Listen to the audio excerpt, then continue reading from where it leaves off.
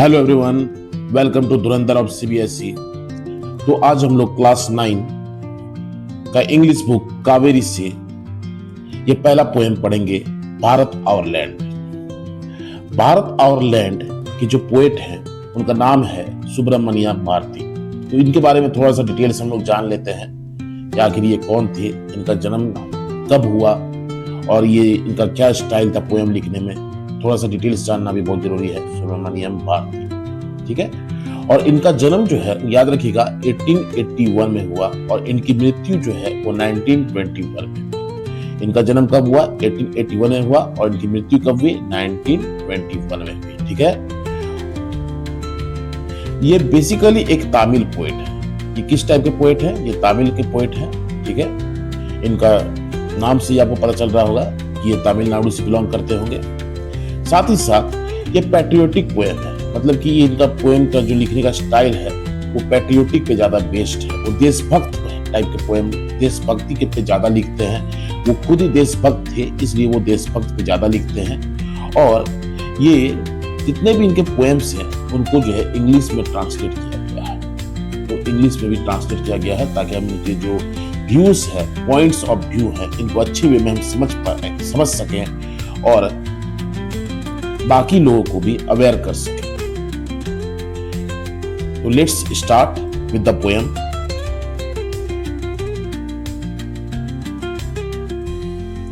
तो हम लोग यहाँ पे स्टेंजा वाइज चलेंगे ताकि इस पोएम को अच्छे से कॉन्सेप्ट्स को समझ पाए। तो 4 लाइन्स से हम लोग स्टेंजा स्टार्ट करते हैं। The mighty Himavat is ours, there is no equal anywhere on earth. The generous Ganga is ours, which other rivers can match her grace। तो यहां पे क्या कहना चाह रहा है? ये 4 लाइन्स को आप ध्यान से देखिएगा। इस 4 लाइन्स में जो पोएट हैं वो कहते हैं कि हिमालय जो दुनिया में सबसे ऊंचा और महान है वो किसका है? वो हमारा है, इज आवर्स। और धरती पर इसके समान दूसरा कोई नहीं है। देखिए, there is no equal anywhere on earth. तो धरती पे इसके समान दूसरा कोई नहीं है। अब नेक्स्ट लाइन में आइएगा, the generous Ganga is ours. Generous का मतलब क्या होता है? उदार होता है। तो कहते हैं कि उदार और पवित्र गंगा नदी हमारी है। Which other rivers can match her grace. क्या कोई अदर रिवर है जो इसको मैच कर सकता है, इसकी जो है बराबरी कर सकता है? जैसे कि आप जानते हैं कि जो गंगा नदी की जो पवित्र मधुर धारा है और उनकी जो पवित्रता है उसका मुकाबला दुनिया में कोई अन्य नदी नहीं कर सकती है। तो यहाँ पे ये 2 चीज का प्राइड जो पोएट है वो ले रहे हैं। पहला है हिमालय और दूसरा है गंगा नदी, ठीक है, गंजेस, जिसको हम इंग्लिश में गंजेस कहते हैं और हिंदी में गंगा नदी कहते हैं। चलिए नेक्स्ट 4 लाइन्स की ओर बढ़ते हैं और जानते हैं कि नेक्स्ट 4 लाइन्स के माध्यम से कवि हमें क्या कहना चाह रहे हैं। The sacred Upanishads are ours. What scriptures else to name with them? This sunny golden land is ours. She is peerless. Let's praise her. तो उपनिषद्स, आपको पता होगा कि हमारे पास उपनिषदों और गीता का पवित्र ज्ञान है। हमारे जो ऋग्वेद, हमारे 4 वेद, ऋग्वेद, सामवेद, यजुर्वेद, अथर्ववेद, ये सारे वेद जो है वो उपनिषद्स में लिखे हुए हैं। और हमारे पास गीता भी है जो हमें मार्गदर्शन करता है। जिंदगी के जो भी अप्स एंड डाउन्स होते हैं तो उनका सारा ज्ञान गीता में दिया गया है। तो ये जो उपनिषद और गीता ये भी हमारे हैं जो पूरी दुनिया में सम्मानित है। पूरी दुनिया में ये प्रतिष्ठित माने जाते हैं। इनके माध्यम से बहुत सारे लोग इंस्पायर होते हैं। फिर नेक्स्ट देखिएगा, तो जैसे कि अभी आपने देखा था कि हमने आपको बताया था कि यहाँ जो स्क्रिप्चर्स हैं, ये स्क्रिप्चर्स भी जो है वो हमारे हैं, गीता भी हमारे हैं, ठीक है। तो अब हम लोग चलेंगे इस लाइन में, this Sunny golden land is ours. तो ये सनी गोल्डन लैंड जो है ये क्या है? ये लाइन क्या कहना चाह रहा है? She is peerless, let's praise her। तो she is peerless, let's praise her, इस लाइन को समझिएगा। तो इंडिया जो है वो ब्राइट वेल्दी, ये लाइन देखिएगा, इंडिया जो है वो bright wealthy and beautiful land, बहुत ही सुंदर लैंड है। यहाँ पे बहुत सारे माउंटेन्स हैं, नदियां हैं, पहाड़ पर्वत सब कुछ है। तो ये काफी सुंदर सा हमारा देश है जो काफी वेल्दी है, इसलिए हमें इसे सोने की चिड़िया कहा जाता था। भारत को क्या कहा जाता था? सोने की चिड़िया कहा जाता था, क्योंकि यहाँ पे ब्रिटिश आने से पहले यहाँ पे बहुत सारे मिनरल रिसोर्सेस हुआ करते थे और हमारा कंट्री काफी इकोनॉमिकली रिच था। अभी भी रिच है, लेकिन इसके इंडिया का जो 40% वेल्थ है वो ब्रिटिश ऑलरेडी रुइंड कर चुके हैं, वेस्ट कर चुके हैं, या फिर अपने देश के और देश में ले गए हैं। लेकिन अभी भी हमारा देश जो है वो काफी समृद्ध है और हमें इस पे प्राइड फील करना चाहिए। फिर देखिएगा, कहता है gallant warriors had lived here, many a sage has sacrificed this land, the divinest music has been heard here and here all auspicious things are found. तो यहाँ पे क्या कहता है? पहला line, gallant warriors have lived here, यहाँ पे बहुत सारे जो है बहादुर योद्धा, हीरोइक योद्धा, जो हीरो जैसे फाइट किए, हीरोइक फाइटर्स जो थे वो इस धरती पे रहे हैं, वो इस धरती पे अपना जान दिए हैं। ब्रिटिश के खिलाफ उन्होंने युद्ध लड़ा है और हमें जो है ब्रिटिश के जो स्लेवरी था उसे हमें फ्री किया है। और साथ ही साथ many a says has sacrificed, many a says जो है उन्होंने क्या किया है? उन्होंने अपना जो है यहाँ पे इस वाइस मैन, सेज मतलब क्या होता है? वाइस मैन होता है। सेज मतलब क्या होता है? वाइस मैन होता है, जो यहाँ पे हमारी धरती पे उन्होंने अपना जीवन यापन किया है और इस धरती को प्यूरिफाई किया है अपने मंत्र से, अपने पवित्र वेद से। इस कंट्री को, हमारे कंट्री को, हमारे देश को, इंडिया को इन्होंने प्यूरिफाई किया है। अब देखिएगा, the divinest musics has been heard here, the divinest musics has been heard here, ठीक है। और साथ ही साथ and here all auspicious things are found, तो the most beautiful and spiritual music was created here. तो यहाँ पे जो आप पढ़े हैं कि Samaveda specially known for music, वो जो है यहाँ पे क्रिएट हुआ था।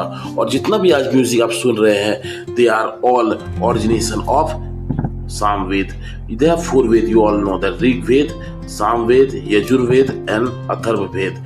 तो ये जो जितने म्यूजिक्स आप सुन रहे हैं, इनकी जितना भी लिरिक्स है या फिर म्यूजिक्स है, ये सब ओरिजिनेट कहाँ से हो रहे हैं? सामवेद से ओरिजिनेट हो रहे हैं। तो जितना भी स्पिरिचुअल म्यूजिक जो है वो भी ये हमारे देश भारत में क्रिएट हुआ था। वो कहाँ से आया था? वो यहाँ पे सुना गया था, ठीक है, हमारे देश में सुना गया था। अब यहाँ पे लास्ट लाइन देखिएगा, and here all auspicious things are found. Auspicious का मतलब क्या है? कि यहाँ पे जितना भी जो कीमती चीज है, everything positive, sacred and good is present here. Everything, जितना भी यहाँ पे पॉजिटिव चीज है, गुड चीज है, और सैक्रेड मतलब पवित्र चीज है, वो सब कहाँ पाया जाता है? वो सब हमारे देश में पाया जाता है। तो हमारा देश जो है ना ही सिर्फ इकोनॉमिकली रिच है, बस रिच है, बल्कि और भी काफी चीजों में रिच है, जो इस पोएम के माध्यम से सुब्रमण्यम भारती हमें समझाने की कोशिश कर रहे हैं, ताकि हम अपने देश के लिए प्राइड फील कर सकें और जिस प्रकार से हमारे पूर्वजों ने अपनी जान देकर हमें आजाद किया है उसकी वैल्यू कर सके। देखिए यहाँ पे आप फोटो देखिएगा कि देखिए ऋषि मुनि का फोटो दिखाया गया है, बहुत ही शानदार फोटो। यहाँ पे नदियां हैं, पहाड़े हैं, ऋषि मुनि है, यहाँ पे उपनिषद है, यहाँ पे जो है गीता है, ये सब जो है इस फोटो के माध्यम से दिखाया जा रहा है। चलिए नेक्स्ट स्टेंजा देखते हैं, इसमें क्या कहा जा रहा है। Here Brahma knowledge has taken root, here Brahma knowledge has taken root, and the Buddha preached his Dhamma here, of hoary antiquity is Bharat, she is peerless, let's praise her। तो इस लाइन में आखिर जो है poet क्या कहना चाह रहे हैं, जो सुब्रमण्यम भारती क्या कहना चाह रहे हैं, वो हम लोग जानने की कोशिश करेंगे लाइन बाय लाइन। तो यहाँ क्या पहला लाइन जो है, here Brahma knowledge has taken root, इसमें ये कहा जा रहा है कि India is the birth place of supreme spiritual wisdom. तो इंडिया जो है वो बर्थ प्लेस किस चीज का है? वो बर्थ प्लेस है स्पिरिचुअल विजडम, मतलब कि यहाँ पे जो विजडम, यहाँ पे बहुत सारे जो है वाइस मैन, अक्लमंद लोग यहाँ पे जन्मे हैं। जैसे कि आप जानते होंगे कि बुद्धा का जन्म भी हमारे भारत में हुआ, महावीरा वो भी जो है हमारे भारत में जन्मे थे, ऋषि मुनि जितने भी थे, से वेद व्यास, तुलसीदास, ये सब जो है भारत में ही जन्मे थे। और हमारा जो कंट्री है वो स्पिरिचुअली रिच है।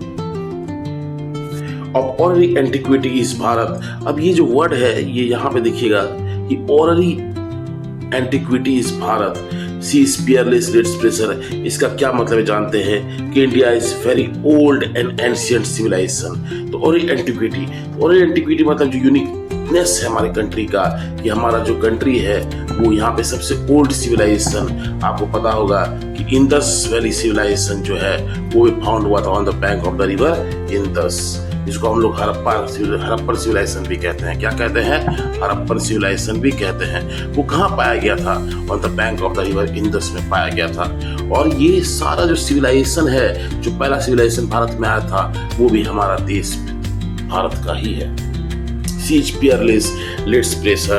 Again, the poet emphasizes कि इंडिया जो है वो अनराइवल्ड है, वो अतुलनीय है, वो किसी से कंपेयर नहीं किया जा सकता, क्योंकि इंडिया जो है वो यूनिक है एंड शुड बी लॉडेड मतलब यहाँ पे प्रेस मतलब होता है, इसका जो है साइनो होता है लॉडेड मतलब होता है कि हमें इसे प्रेस करना चाहिए, हमें इसका प्रेस करना चाहिए। और साथ ही साथ हमें प्राइड फील करना चाहिए कि हम लकी हैं कि हम ऐसे कंट्री में जन्मे हैं जहाँ पे इतने महान लोग यहाँ पे जन्म लिए, जैसे कि गौतम बुद्ध हो गए, वेद व्यास हो गए, तुलसीदास हो गए, ये सब जन्म लिए। और हमें ये चीज़ का भी प्राइड फील करना चाहिए कि आज जब सब पूरे विश्व में वो आज चल रहा है, तो आज हम लोग इंडिया में सेफली अपने घर में अपने फैमिली के साथ मील एंजॉय कर रहे हैं। तो this is the greatness of our country. तो let's take a pride and always respect the boundaries of our motherland. Thank you. For summary, kind comment will come with a new video of summary. Thank you. And like, share and subscribe.